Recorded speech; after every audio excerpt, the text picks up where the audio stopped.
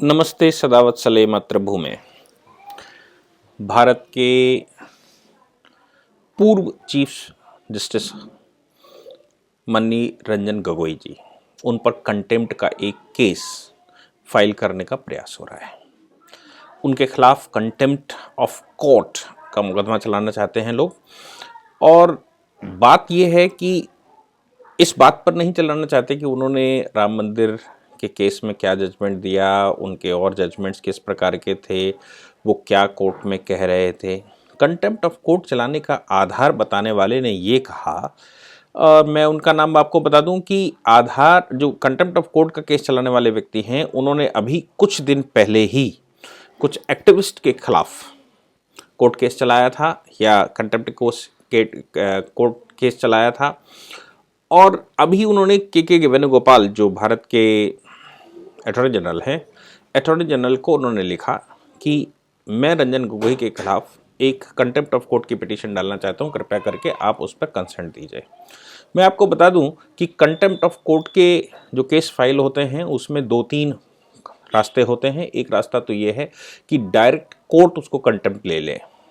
दूसरा रास्ता ये है कि अटॉर्नी जनरल उस पर कंसेंट दे दे और कंसेंट देने के बाद वो कंटेम्प्ट ऑफ कोर्ट का केस फाइल हो जाए। Former chief justice of India Ranjan Gogoi साहब का ये मैटर है। एक एडवोकेट हैं साकेत गोखले, इन्होंने इनसे पहले भी कुछ लोगों के खिलाफ कंटेम्प्ट ऑफ कोर्ट का केस डाला हुआ है। उनका कहना है कि चीफ जस्टिस ऑफ इंडिया एक इंडिया टुडे का कॉन्क्लेव चल रहा था 12 फरवरी को, उस इंडिया टुडे ग्रुप के कॉन्क्लेव में बोल रहे थे और उनसे कुछ लोगों ने कुछ प्रश्न पूछे, जैसे एंकर सबसे पूछता है वैसे ही उनसे प्रश्न पूछे और उन्होंने जुडिशरी के खिलाफ बड़े गंदे कमेंट दिए, ऐसा उनका कहना है।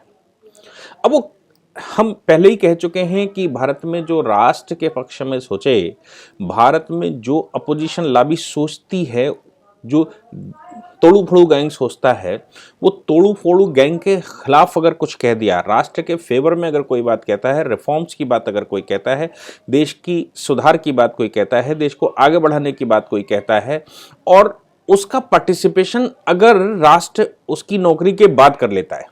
कारण क्या है? कारण यह है कि भारतवर्ष में नौकरी, जब तक वो पोस्ट पर है तब तक चूंकि उसके हाथ में पावर होती है, इसलिए नौकरी के नाम पर वो वहाँ जॉब करते हुए बहुत उसका सम्मान होता है। लेकिन जब वो सीट से हटता है तो भारत की जनता ये मानकर चलती है ये एक नौकर था या ये कर्मचारी था और कर्मचारी को बाद में पॉलिटिक्स में आने का या राष्ट्र में बाकी के सहयोग करने का कोई आधार नहीं बनता।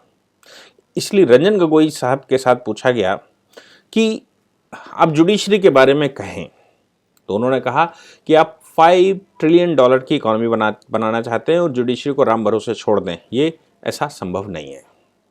यानी कि उनका कहना था कि $5 ट्रिलियन की अगर जुडिशरी आप बनाना चाहते हैं, वो इकोनॉमी भारत को बनाना चाहते हैं, तो आपको जुडिशरी को सिस्टमेटिक तरीके से रिफॉर्म करना पड़ेगा। और जुडिशरी का अगर आप रिफॉर्म नहीं करते और जुडिशरी जैसे चल रही है पुराने ज़माने से वैसी अगर चलती रही तो आप $5 ट्रिलियन का सपना न देखिए।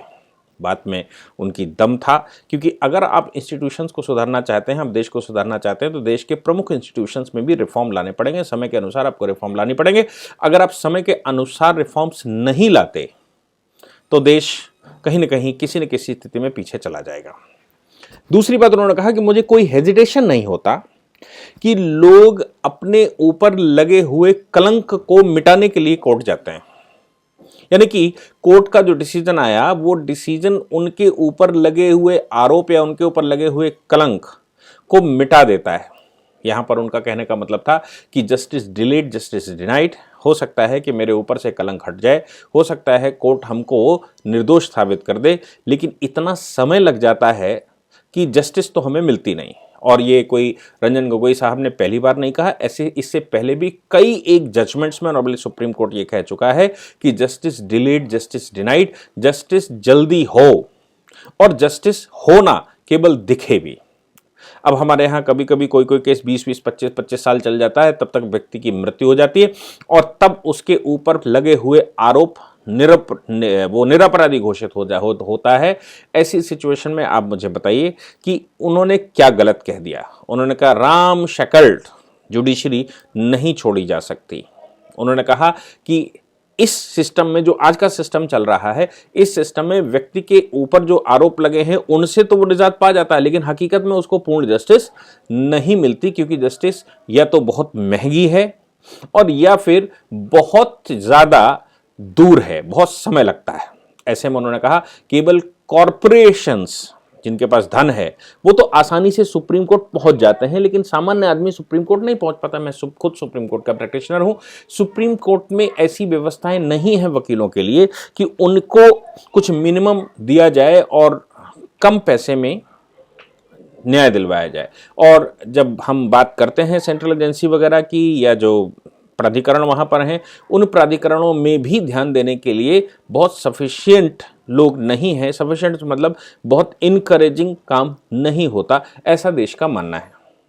ऐसी सिचुएशन में उनका कहना था कि भारत के सुप्रीम कोर्ट में जिनके पास लाखों रुपए हैं वो ही पहुंच पाता है और वही वहां पर कोर्ट में केस फाइल कर पाता, क्योंकि ये सच है कि सुप्रीम कोर्ट बहुत महंगा कोर्ट है।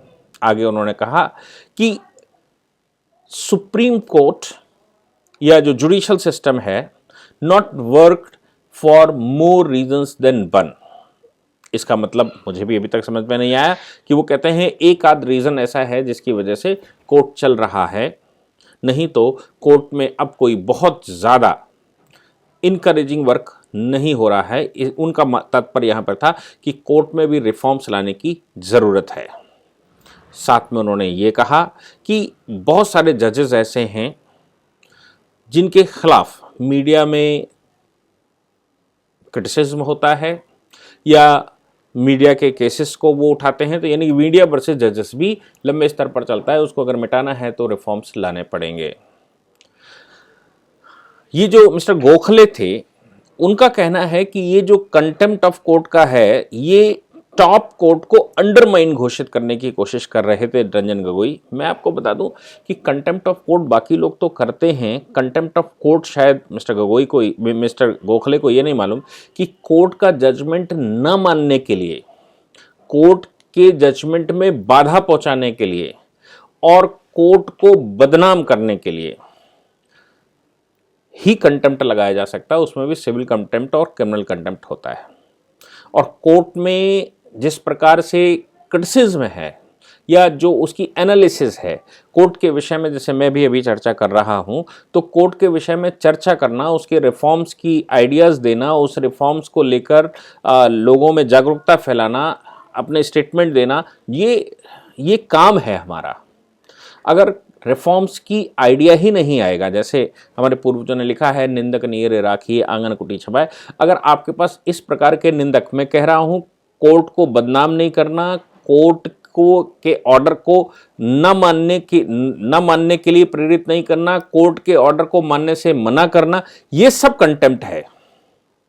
लेकिन आप उसकी एनालिसिस करेंगे, उस पर डिस्कशन करेंगे कोर्ट पर, और कोर्ट में रिफॉर्म्स कैसे लाएं, क्या चल रहा है और क्या होना चाहिए, what it is and what ought to be, क्या है और क्या होना चाहिए और किस किस प्रकार के रिफॉर्म्स होने चाहिए, इस पर अगर कोई चर्चा कर सकता है तो वो लीगल फेटर्निटी को अधिकार है, मुझे लगता है। और रंजन गोगोई साहब चीफ जस्टिस ऑफ इंडिया रहे हैं, इसलिए उनको इस प्रकार की बात लोगों के सामने करने का अधिकार है, इस प्रकार के सजेशंस देने का अधिकार है। वो अभी राज्यसभा के मेंबर भी हैं और राज्यसभा के मेंबर होने के नाते राज्यसभा में भी इस प्रकार के चर्चा करने का उनको अधिकार है। बहुत सारी गड़बड़ियां हमारे देश में चलती रहती हैं, और गड़बड़ियां अगर हम इसको ना कहें तो रिफॉर्म जैसे देश की स्पीड बढ़ती है, देश का तंत्र बढ़ता है, उस तंत्र के अकॉर्डिंग अगर हमारे सारे इंस्टीट्यूशंस नहीं चलेंगे, अगर हम उन इंस्टीट्यूशंस को अकॉर्डिंग टू द वर्ड नहीं डील करेंगे और हम आज उसकी वो पहचान नहीं देंगे जो पहचान विश्व को देना चाहिए। जैसे ऑस्ट्रेलियन कोर्ट में सारे जितने भी केसेस नीचे से ऊपर जाते हैं उसकी एक वीडियो रिकॉर्डिंग होती है, सारे एविडेंसेस की वीडियो रिकॉर्डिंग होती है, ओरिजिनल रिकॉर्डिंग होती है, और वो रिकॉर्डिंग की जो सीडी या जो भी उसका डिजिटल फॉर्मेट रहता है वो ऑनलाइन मौजूद रहता है और उसके अलावा फाइल के साथ भी जाता है। यानी कि जिस समय वो केस खुलेगा अपील में, तो उस समय पीछे कोर्ट में क्या हुआ, कोई ये नहीं कहता मैंने तो साहब ये नहीं कहा था, मैंने तो ऐसा नहीं बोला था, या जुडिशरी के जजेस में ये नहीं कह सकते कि साहब हमने तो ऐसे ही कहा था और इन्होंने ये बोला मैंने इसलिए वो कर दिया। इस प्रकार की बात नहीं की जा सकती, क्योंकि ओरिजिनल रिकॉर्डिंग उनके पास रहती है, वो तुरंत क्लिक करते हैं, क्लिक करके अगर वो चाहें कि नीचे वाले कोर्ट में क्या हुआ तो उसकी हियरिंग कर लेते हैं, उसकी सुनवाई सुन लेते हैं, और उसमें जो उनको गड़बड़ लगता है उसको ध्यान में रखते हुए, नए आर्गूमेंट्स को ध्यान में रखते हुए ऑर्डर कर देते हैं। What a nice idea. आज की तारीख में आपके पास ऑनलाइन डिस्कशन के ग्राउंड्स हैं, आप ऑनलाइन इस समय आर्गूमेंट्स भी कर रहे हैं। वो अलग बात है कि भी वो सिस्टम बहुत परफेक्ट नहीं हुआ है। कुछ बड़े एडवोकेट्स ऐसे एलिगेशन लगाए गए हैं कि कुछ बड़े एडवोकेट्स के ही केस लगते हैं जो रजिस्ट्री में बात कर लेते हैं, बाकी सबके केसेस नहीं लग पाते। मैं भी उसमें एक भुक्तभोगी हो सकता हूँ।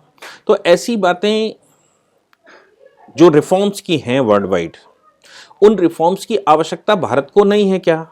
भारत को भी आवश्यकता है। हम आज से 30-35 साल 40 साल पुरानी जुडिशरी नहीं चलाना चाहिए। हमको साथ साथ डिजिटलाइजेशन अगर हो रहा है, हमारे साथ साथ अगर संसार आगे बढ़ रहा है, सोच बदल रही है, अप्रोच बदल रही है, तो उसमें पारदर्शिता लाने के लिए हमको भी काम करना ही पड़ेगा।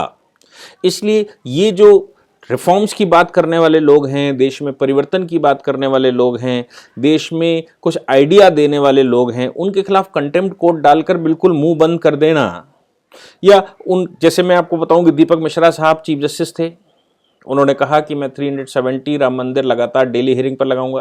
कांग्रेस को वो अच्छा नहीं लगा और वो राज्यसभा में उनके खिलाफ कंटेम्प्ट ले गए। किस बात का कंटेम्प्ट ले गए? He is favouring something. और बहुत सारे जजेस, हमको याद होगा 5 जजेस तो 3 या 5 जजेस तो रोड पर खड़े हो गए, और रोड पर खड़े होकर उन्होंने कुछ बातें कह डाली, सिटिंग जजेस ने कह डाली।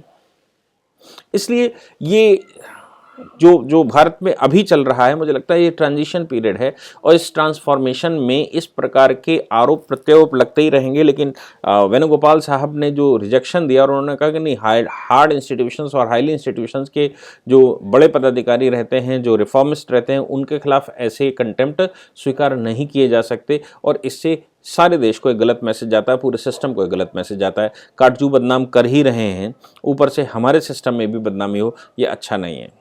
मुझे लगता है कि एक उचित डिसीजन है। Thank you very much. यदि आप लॉ पढ़ना चाहते हैं तो कहीं और क्यों जाना, हमारे ऐप को डाउनलोड करें और लॉ पढ़ें।